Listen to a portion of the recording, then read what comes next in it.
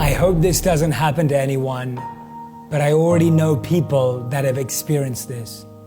One day, Rachel was fine. She was going about her day. She was busy, she was productive, she was spending time with her family and friends.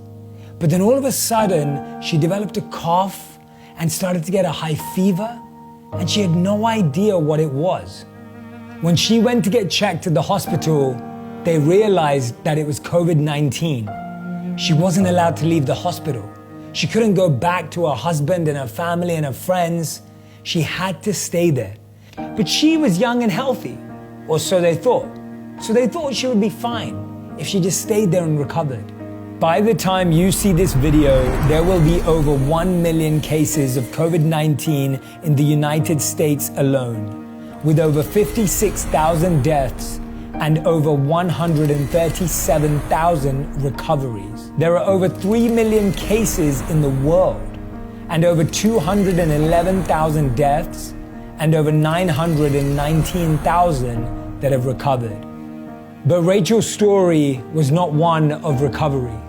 Even though they expected her to recover shortly after she was diagnosed, it actually got worse. Her husband would regularly visit, but without being able to be face-to-face with her, he would drop off meals, flowers, messages, and her favorite items from home.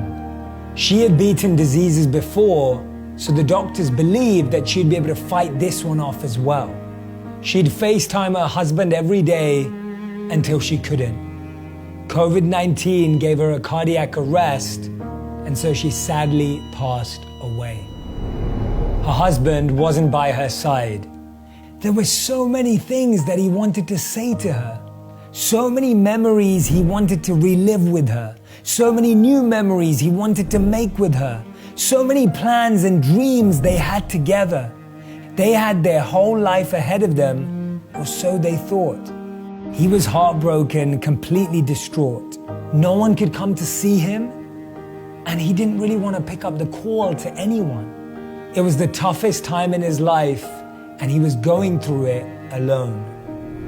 He finally decided that he was going to go to the hospital to pick up her items and everything that she had left behind.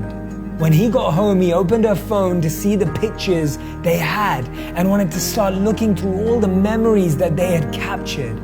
And as he was going through her photo gallery, he found a picture.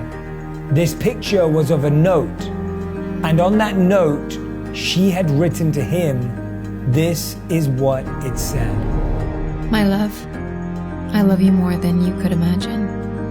I am going to miss you so incredibly much. You have been my best partner, my best friend, and my greatest adventure.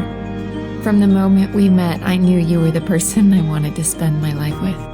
You're the most kind-hearted, generous, and caring soul I've ever known, and I'm so grateful to call you my husband. I want you to continue being the man I fell in love with. Continue living, my darling.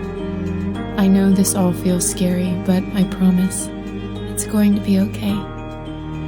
All my love, Rachel. The Buddha said, the trouble is you think you have time.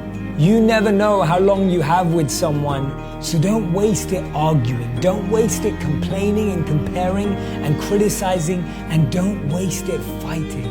Don't let your last words to someone be words you don't mean. Don't let your last interaction be full of pain.